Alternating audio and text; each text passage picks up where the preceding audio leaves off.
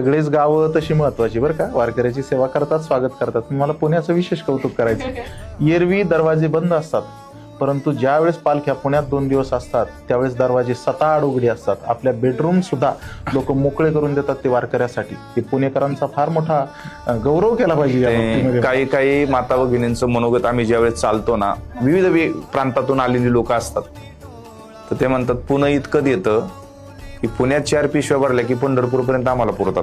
क्या बात आहे. नंतर एका माता भगिनीचे उद्गार आहेत, म्हणली ही पुण्याची वाटबाई ओली कशी झाली. मग ती दुसरी म्हणते ज्ञानोबाची तुकोबाची पालखी कालच येऊन गेली. हे पुणे सगळ्याच बाबतीत पुढे आहे.